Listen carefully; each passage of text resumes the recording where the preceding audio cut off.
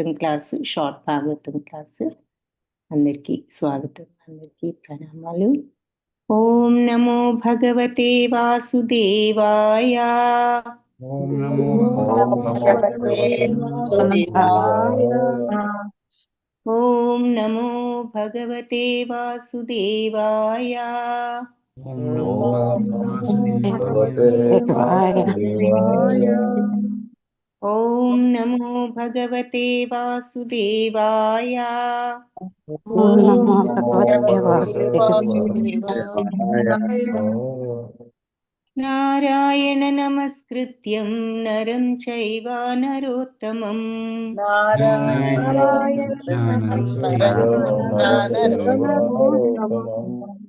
దేవీం సరస్వతీం వ్యాసం తతో జయముదీరయేత్.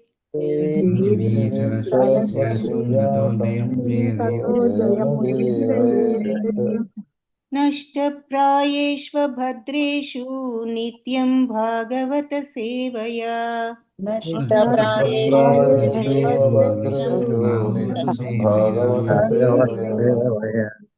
భగవతి ఉత్తమ శ్లోకే భక్తిర్భవతి నైష్ఠికీ.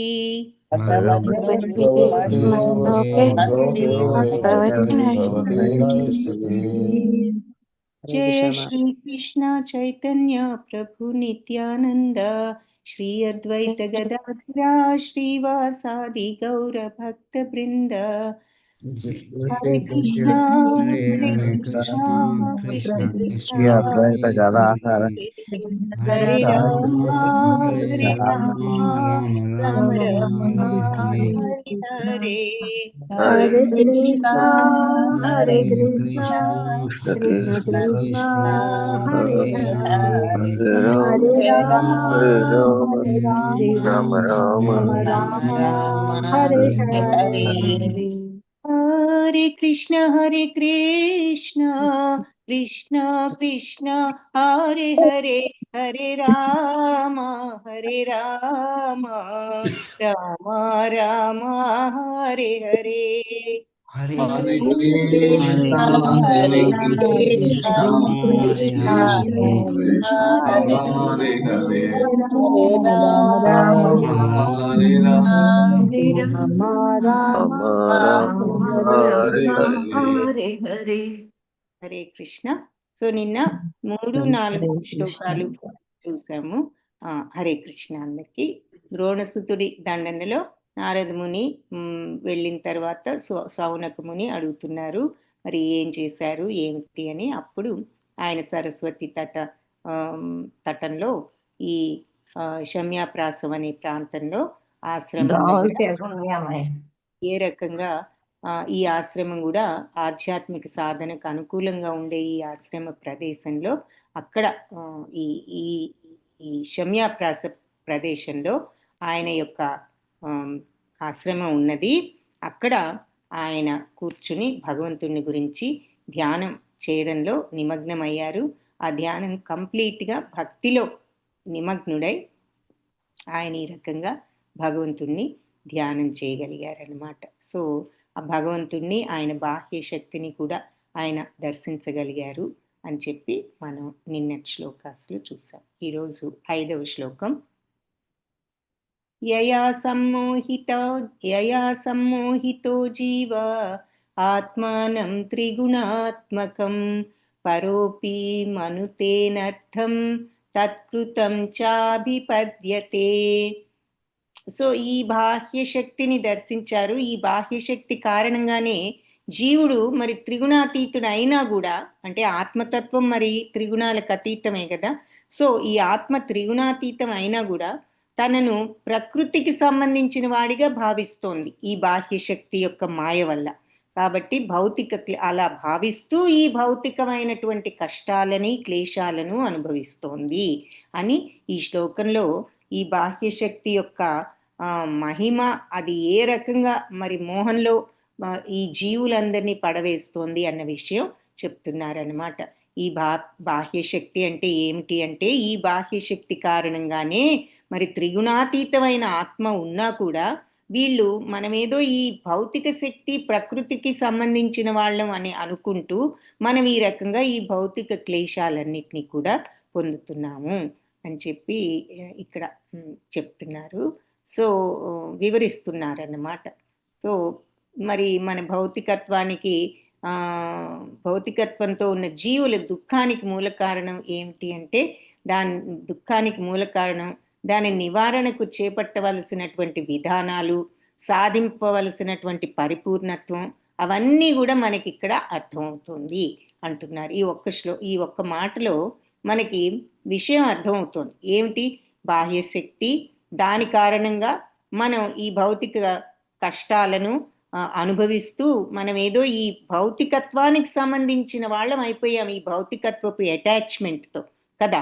మరి న్యాయానికి ఆత్మతత్వం త్రిగుణాతీతం, భగవతత్వమే ఆత్మతత్వం ఆయన అంశ కాబట్టి మరి అలాంటి శుద్ధమైన ఆత్మ ఉండి మనం ఈ రకమైనటువంటి రకరకాల భయ, ఆందోళన, కామ, క్రోధ, లోభ, మోహ, మదమాత్సర్యాలతో ఎందుకున్నాము అంటే ఈ త్రిగుణాల ప్రభావం వలన అన్నది ఇక్కడ తెలుస్తోందన్నమాట. కాబట్టి ఆ విషయాలన్నీ కూడా మనకి ఇక్కడ ఈ శ్లోకం ద్వారా తెలియజేశారు. కాబట్టి మన సహజ స్థితి ఏమిటి అంటే త్రిగుణాతీతం, ఆత్మస్థితి సహజ స్థితి. కానీ ఈ భౌతిక శక్తి వల్ల బంధితులమయ్యాం కాబట్టి మరి మనం ఏదో ఈ మెటీరియల్ వరల్డ్ అంటే ఈ భౌతిక ప్రకృతి కి సంబంధించిన వాళ్ళమే అనుకుంటున్నాం. కానీ దీనికి అతీతమైనటువంటి ఆత్మ మనలో ఉన్నది. ఆ ఆత్మశక్తి ఎటువంటిది, ఆధ్యాత్మికమైనది అన్నది మనకి ఈ మోహం అనే ఈ భౌతిక తత్వము, ఈ త్రిగుణాల తత్వము అనే మోహం వల్ల మనం తెలుసుకోలేకపోతున్నాము. ఈ భౌతిక సంపర్కంతోనే మరి శుద్ధాత్మ స్వరూపుడు ఈ త్రిగుణ ప్రభావం వల్ల రకరకాల అనర్థాలు పొందుతున్నాడు. అంటే మరి తనేదో ప్రకృతి వల్ల సృష్టించాననుకుంటున్నాడు. భౌతిక స్థితిలో అతని యొక్క వికృత ఆలోచనలు, అనుభూతులు మరి ఇవన్నీ కూడా సహజమైనవి కాదు. అంటే ఒరిజినల్గా మరి ఎలా ఉంటారు పుట్టినప్పుడు, మరి ఏమీ ఇంకా అంత కల్మషం ప్రవేశించిన టైంలో ఎలా ఉంటాము, ఆ తర్వాత పెరిగే కొలది కూడా మరి ఏ రకంగా ఇవన్నీ కూడా అలవడతాయి. అలాగే సహజ ఆలోచనలు, అనుభూతులు, కోరికలతోనే ఉంటారు. కానీ జీవుడు తన సహజ స్థితిలో ఆలోచన కానీ, అనుభూతి కానీ, కోరికలు లేకుండా ఉండలేడు. బద్ధజీవుడి యొక్క జ్ఞానం అజ్ఞానంతో కప్పబడి ఉన్నదని మనకి భగవద్గీతలో కూడా చెప్పారు. కాబట్టి ఇక్కడ ముక్త స్థితిలో కూడా ముక్త స్థితిలోనూ కూడా తనదైన ఆలోచన విధానాన్ని కలిగే ఉంటాడు. ఎన్నడూను అంటే భగవంతుడు పూర్తిగా అనుకోవడానికి లేదు, ఆయన అంశ ఉన్నది కాబట్టి మనం ఆ తత్వానికి ఎదగగలగడం సాధ్యపడుతుంది. కానీ కంప్లీట్గా మనం భగవంతుడే అనుకోవడానికి ఆ తేడా ఉన్నది అని చెప్పి ఇక్కడ చెప్తున్నారనమాట. సో ఈ మాయాశక్తి మరి ఏమిటి? భగవంతుడు మరి మనకి మాయాశక్తిని ఏదో పెట్టారు అనుకున్నట్లయితే జీవుడు మాయకు భ్రమకు గురి కావాలని భగవంతుడు ఏమి వాంఛింపడు. మాయాశక్తికి ఈ విషయం తెలిసినా కూడా మరుపు ఉన్నది కాబట్టి బద్ధజీవుల్ని తన మాయా ప్రభావంతో భ్రాంతిలో పెట్టి మరి భ్రాంతిలో పెట్టేటటువంటి కార్యాన్ని స్వీకరిస్తోంది ఈ మాయాశక్తి. సో ఆ భ్రాంతి అనేది తగ్గించుకోవడము, తెంచుకోవడం అనేది మన యొక్క బుద్ధి మీద ఆధారపడి ఉన్నది, మనస్సు మీద, బుద్ధి మీద అని ఇక్కడ అంటున్నారు. బద్ధజీవుల్లో ఈ పరివర్తన తేవడానికి మాయాశక్తి కూడా అలాంటి కార్యాలు కూడా వాంఛనీయాలు కనుక భగవంతుడు దాని కార్యంలో ఎలాంటి జోక్యాన్ని కల్పించుకోడు. కాబట్టి మాయాశక్తి ఈ పరివర్తన కూడా మరి తీసుకురావడం కూడా మాయాశక్తి యొక్క కార్యంలో ఒకటి. కాబట్టి అందుకని భగవంతుడు ఈ విషయంలో జోక్యం చేసుకోరు అని చెప్పి చెప్తున్నారు. ఇప్పుడు ఎగ్జాంపుల్ ఏం చెప్పారంటే దానికి, తన సంతానం ఇంకొకరితో శిక్షింపబడడం తండ్రికి అంత ఇష్టం ఉండకపోవచ్చు. అనుకూలేని సంతానాన్ని అదుపులోకి తెచ్చుకోవడానికి అతను ఏదైనా మంచి పనిష్మెంట్ ఇవ్వాలి, వాళ్ళని కంట్రోల్లో ఉంచాలని అనుకుంటాడు. కానీ మరి కొంచెం ఉమ్, భగవంతుడు కూడా అదే సమయంలో మరి బద్ధజీవులకు ఉపశమనాన్ని మాయాశక్తి బంధాన్ని నుండి విడుదల చేయాలని భగవంతుడు కూడా అదే విధంగా చూస్తారు. అవిధేయులైన పౌరులను రాజు మరి ఖైదులో ఉంచుతాడు. కానీ అతడే కొన్ని మార్లు మళ్ళీ ఖైదీలని ముక్తిని వాంఛించి పరివర్తన చెందమని వాళ్ళకి చెప్పి వాళ్ళని స్వయంగా కూడా అర్థిస్తూ ఉంటాడు అని చెప్పి చెప్తున్నారు. వాళ్ళు ఒప్పుకుంటే వాళ్ళని ఖైదు నుంచి విముక్తులను కూడా చేస్తాడు. అలాగే భగవంతుడు కూడా తన రాజ్యం నుండి మాయాశక్తి రాజ్యంలో అవతరించి భగవద్గీత రూపంలో స్వయంగా జీవులకు ఉపదేశం ఇస్తూ ఉంటారు అని చెప్పి చెప్తున్నారు. సో ఈ మాయాశక్తి ఒక జైలు అనుకుంటే భగవంతుడు ఆ మాయాశక్తి అంటే ఈ భౌతిక ప్రపంచం, భగవంతుడు కూడా అందుకే ఈ భౌతిక ప్రపంచంలో అవతరించి ఇలా జీవులకు భగవద్గీత రూపంగా ఉపదేశాలు ఇస్తూ ఉంటారు అని చెప్పి చెప్తున్నారు. సో భగవంతుడు మరి ఎన్నో అవతారాలు దాల్చారు. ప్రతి అవతారానికి కూడా మరి మానవాళి కోసం ఏదో మంచి కోసమే అవతారం అనేది భగవంతుడు దాల్చటం జరిగింది. సో అలా ఆయన ఉపదేశం ఇస్తూ ఉంటారు. ఉదాహరణకు మరి కృష్ణ శ్రీకృష్ణుడిగా ఇక్కడ అవతరించినప్పుడు భగవద్గీత మనందరికీ కూడా తెలియాలనే ఉద్దేశంతో అర్జునుడు కూడా ఉపదేశించడం జరిగింది. సో అది ఇక్కడ ఎగ్జాంపుల్గా చెప్తున్నారు. అంటే ఈ మాయాశక్తి ఆయనదే అయినప్పటికీ కూడా మరి ఒక్కొక్క శక్తికి ఒక్కొక్క బాధ్యత ఉన్నది. ఈ మాయాశక్తి యొక్క బాధ్యత మనలో పరివర్తన రావడానికి కారణం, మనం పరివర్తన చెందడానికి అది కారణం అన్నమాట. మనకి మాయలో పెట్టిన ఆ మాయ నుంచి బయటపడగలిగే పరివర్తన రావడానికి కూడా మాయాశక్తియే, అది కూడా మాయాశక్తి కార్యాల్లో ఒకటి.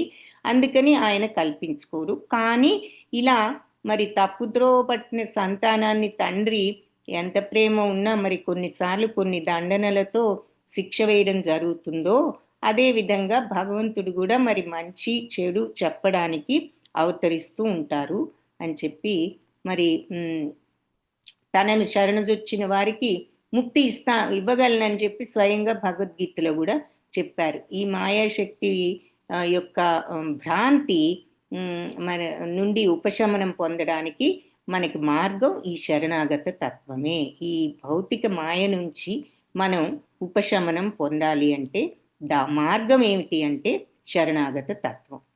కాబట్టి అటువంటి శరణాగత తత్వంతో ఉన్న భక్తుల సాంగత్యం ప్రభావంతో కూడా మనం పూర్ణత్వాన్ని చేరుకోవచ్చు అని చెప్పి చెప్తున్నారు. కాబట్టి ఈ భగవతత్వాన్ని మనం గనక అనుభూతి చెందాలి అంటే మహాత్ముల వచనాలు అవసరం. అలాగే వచనాల వల్ల ఈ జనులందరూ కూడా తన భక్తిలో నియుక్తులవుతారని భగవంతుడే స్వయంగా చెప్పారు. ఈ భక్తి తత్వాన్ని, భగవతత్వాన్ని తెలుసుకోవాలి అనుభవపూర్వకంగా అని అంటే మనం ఈ మహాత్ముల యొక్క వచనాలను మనం భక్తితో వాళ్ళ సేవలోను నియుక్తులు కావాలి అని భగవంతుడు చెప్పారు. ఆ విధంగా మరి బద్ధజీవుడు భగవంతుడి గురించిన శ్రవణ రుచిని పెంపొందించుకుంటాడు. విన్న కొలది భగవంతుడి శ్రవణానికి ఆసక్తి కలుగుతుంది. అలాంటి శ్రవణం ద్వారానే భగవంతుడి పట్ల గౌరవం, భక్తి, అనురాగం ఆ స్థితికి మనం ఉద్ధరింపబడగలుగుతాం. సో శ్రవణం అనేది చాలా చాలా ఇంపార్టెంట్. అది ఎంత బేసిక్ భక్తి మార్గమో అంత పవర్ఫుల్, అంత ఎఫెక్టివ్ భక్తి మార్గం కూడా. అందుకే విన్న కొలది మనకి ఆసక్తి పెరుగుతుంది భగవంతుడి మీద. కాబట్టి ఆ శరణాగత తత్వాన్ని అలవర్చుకోవడానికి కూడా శ్రవణమే మనకు ఆధారం అంటున్నారు. సో శరణాగతే శరణాగతితో సమస్తము సంపూర్ణం కావించబడుతుంది. ఇదే సందేశాన్ని భగవంతుడు మరి వ్యాసదేవుడి రూపంలో కూడా ఉపదేశిస్తున్నాడు. వ్యాస మహర్షి కూడా ఇదే భగవంతుడి పట్ల శరణాగతే సంపూర్ణత్వాన్ని ఇస్తుంది అనేది ఆయన భగవద్గీతలో భగవంతుడు చెప్పారు. ఇక్కడ కూడా వ్యాసదేవులు చెప్పడం జరిగింది.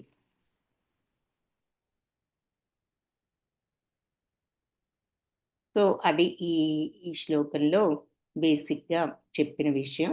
తర్వాత దేవతల నియంత్రణ శక్తిని గురించిన విషయమున మాయాశక్తి యొక్క నియంత్రణ ప్రభావాన్ని గురించి వేదాల్లో అంటే కేనోపనిషత్తు అనే ఉపనిషత్తులో ధృవపరచబడింది అన్నమాట.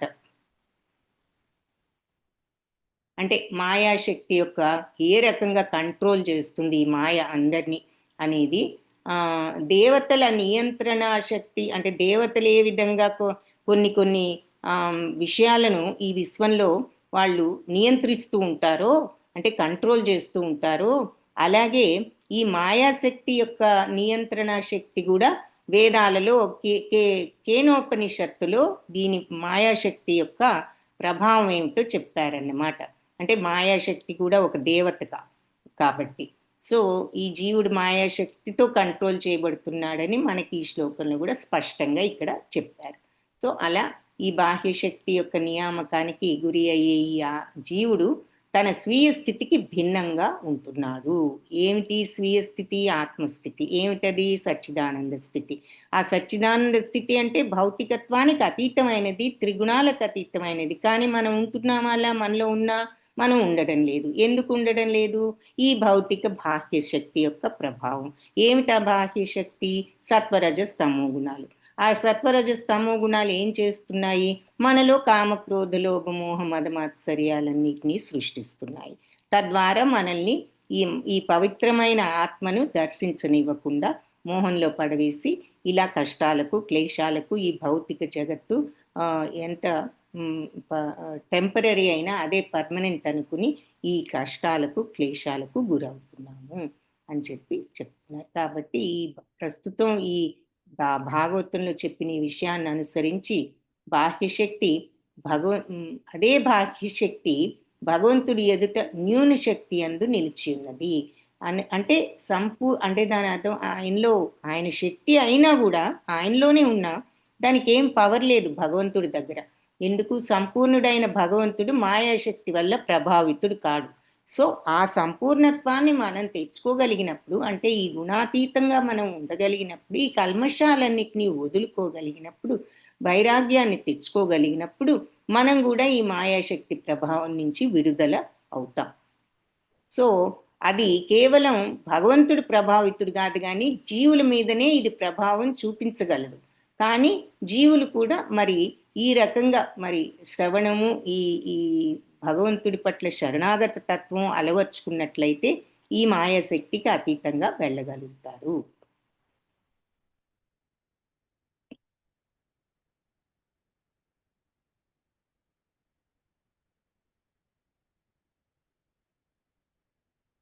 సో భగవంతుడు మరి జీవులు కూడా ఒకే కోవకు మనం చెందిన వాళ్ళు అనుకోకూడదు.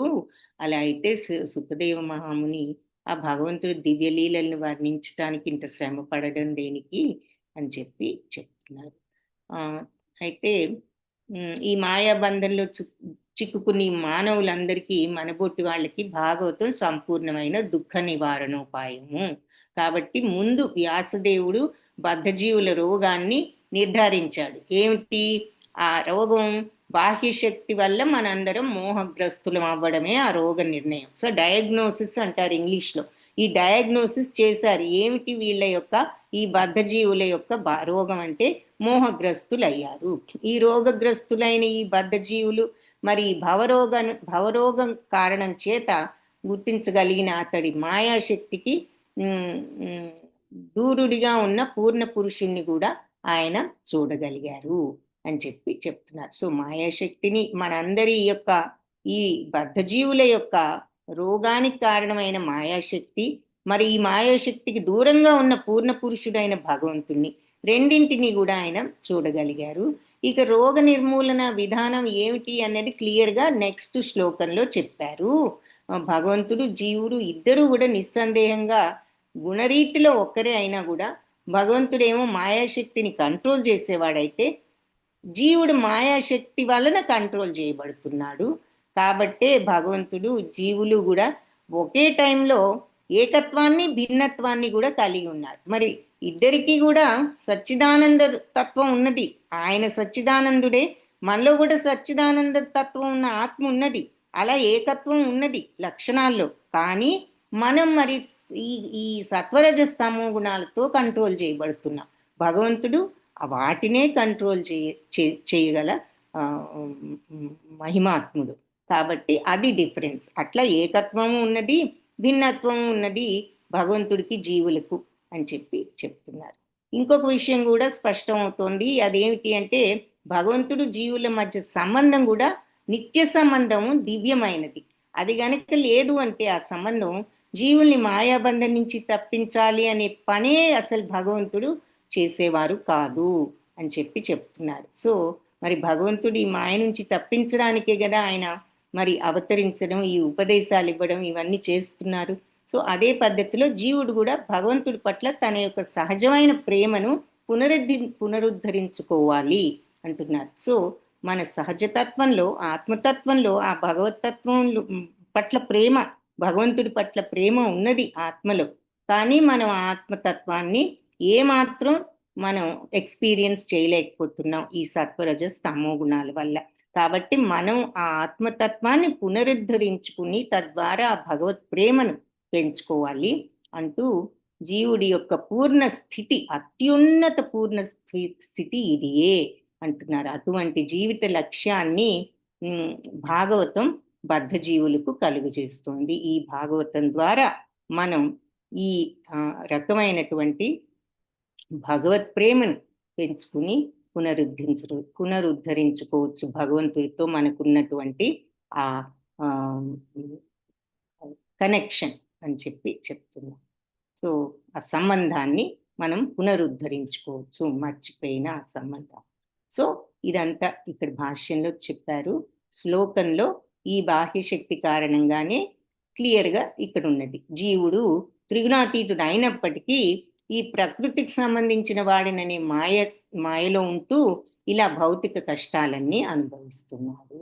అది 5వ శ్లోకం. రేపు 6th శ్లోకాలో మరి ఈ మాయ నుండి దీనికి రోగ నివారణోపాయం ఏమిటో నెక్స్ట్ శ్లోకాలు చెప్తారన్నారు కదా.